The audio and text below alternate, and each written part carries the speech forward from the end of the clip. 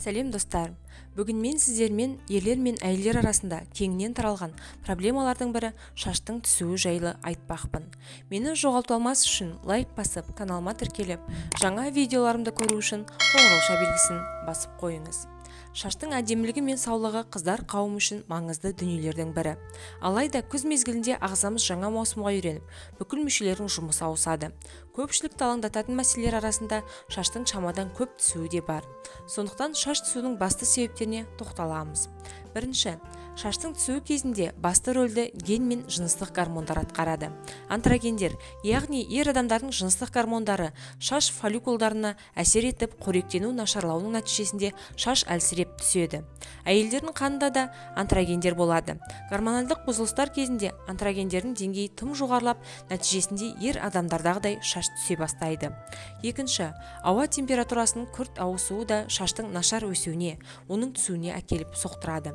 Үшінші, шаш түсуінің жиі кездесетін себептерінің бірі торығу, яғни стресс. Төртінші, қан тамырлары тарылған кезде бастағы қан айналысы нашарлап, шаштың қоректену ритмі бұзылады да, шаш буылтықтарының орташа есеппен 10-15% өз қызметтерін тоқтатады. Қазіргі тірлікте стресс қалыпты жағдайға айнала бастағаны жасырын емес. Сонымен қатар жүктілік пен босану, бөбекті емізу мен түн ұйқысы 4 бөлу, яғни әйел адамдардың ағзасына 2 есе күш түсетін кезеңді де мамандар стресс деп есептейді. Бесінші, тері мен май бездерінің аурулары. Мысалы, себорея шаштың көп түсуінің негізгі себептерінің бірі болып табылады. Алтыншы, дәрінің ретсіз оңды-солды пайдалану шашқа қолайсыз әсер ететіні бәріне мәлім.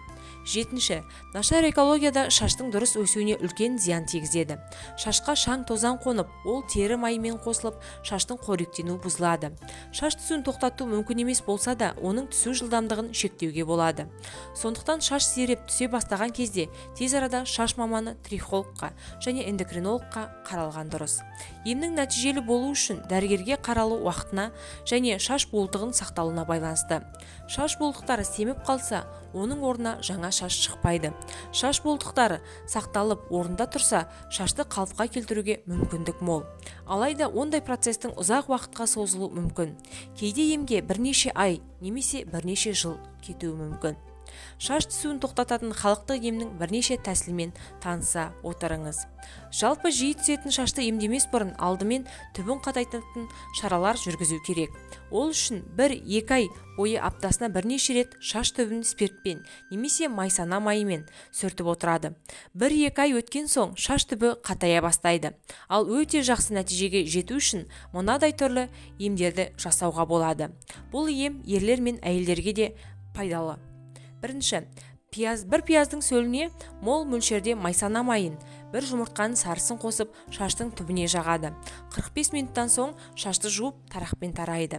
Екінші, пиязды майдалап турап, үстіне 100 мл спирт құяды да бір тәулікке қояды. Дайын тұнбамен шаштың түбін сүртіп, полиэтилен пакетінің сыртынан сүлгімен басты орайды. 20-30 минуттан соң шашты салқындау сумен жуады. Үшінші, жылы не қайнаған суға бал салады. Бастысы бал ерісе болғаны. Осы сумен шаштың түбіне массаж жасап жуады. Мұны аптасына 2 рет қайталайды.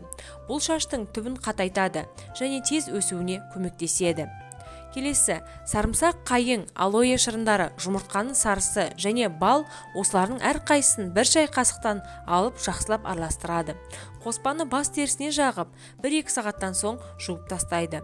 Сонымен қатар қайың жапырағының тұнбасымен шайса тіптен өте жақсы нәтиже береді.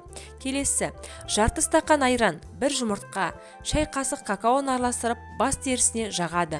Қоспа аздап кепкен соң қайта жағады.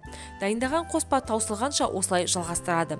20-25 минуттан соң балаларға арналған сусабымен шашты жуып тастайды. Келесі, 1 ас қасық қалақай жапырағына 200 мл қайнаған су құйып, 1-1,5 сағат тұндырады да сүзіп алады.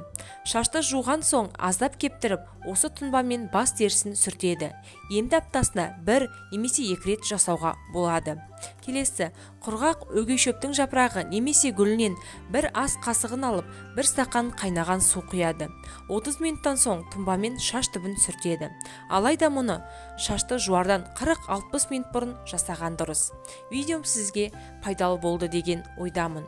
Қазақша каналдың дамуына үлес қосып, лайк басып, комментарий жазып, видеоның соңына дейін қарап, жақындарыңызбен бөлісе отырыңыздар. Назарларыңызға үлкен рахмет.